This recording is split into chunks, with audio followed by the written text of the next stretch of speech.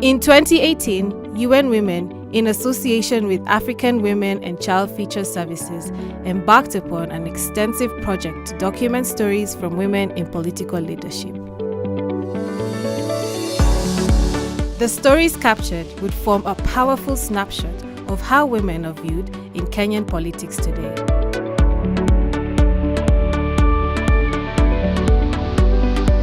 The interview process would allow an open and impartial platform to discuss the future of women in positions of political power in Kenya. Just like many countries around the world, Kenya has an outdated gender imbalance at the heart of its political landscape. However, the numbers of women are growing in the right direction, and the women currently making a positive impact on the political male gender bias have formed one almighty voice for future women's success.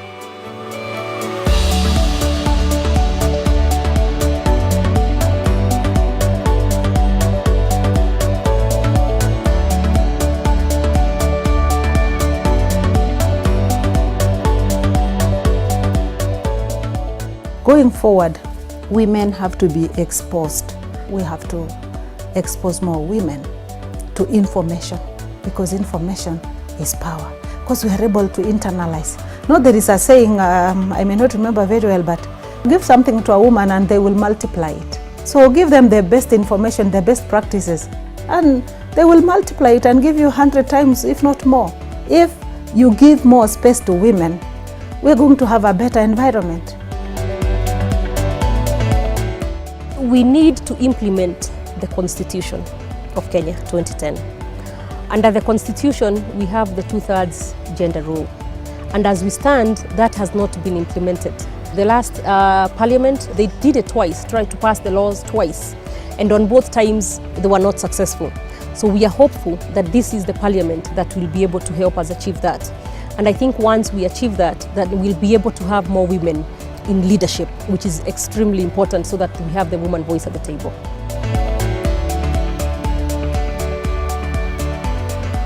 I believe that to be able to deal with that question of equity, gender equity in political leadership, governance position, and even in the executive, I think for me is that one, we need education for women, but also we need to identify women who are ready and willing to run for political leadership.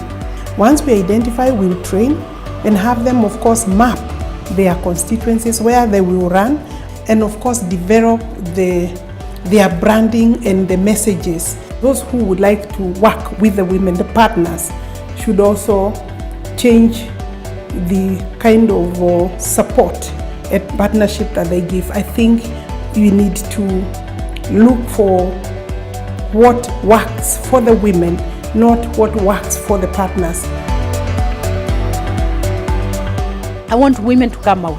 And there has been research done, and it has shown Kenyans are giving women a chance, and they will elect them equally.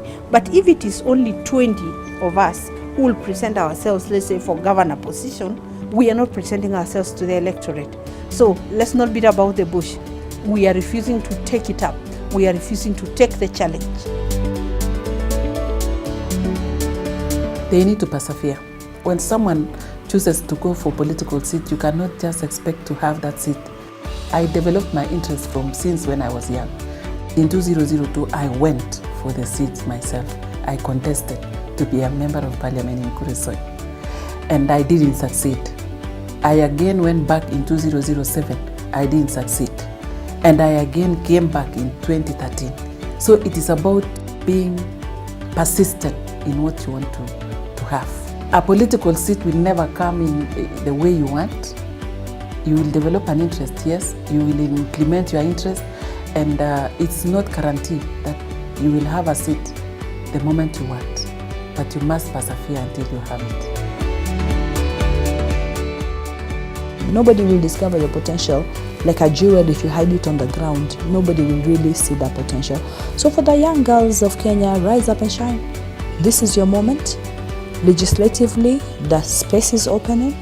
In terms of all the institutions, be it the judiciary, be it in the universities, be it in any profession, the women have come up.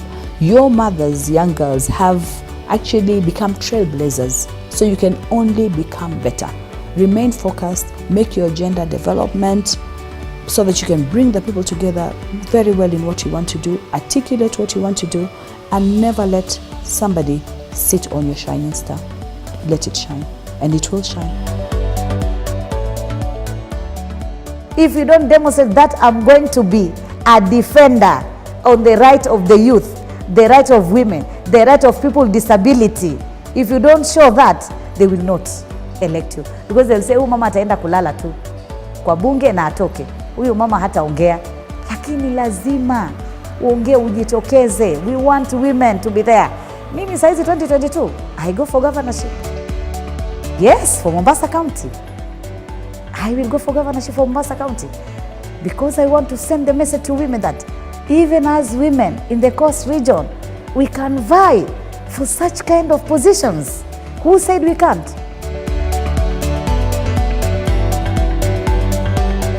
Come in, have an agenda that you want to sell. Choose the political image that you want to be, and go with it. If you're comfortable with it, that this is who I am, and this is the politician that I want to be seen in this way. You can do it if you set your mind to it. It's not going to be easy. It will be tough. There will be very many tears, but there will also be fantastic moments of joy. So if you want to join politics, if you want to get into leadership, brace yourself as a woman, prepare yourself. Remember that for a woman, you'd have to be twice as good to be given half the recognition that men get.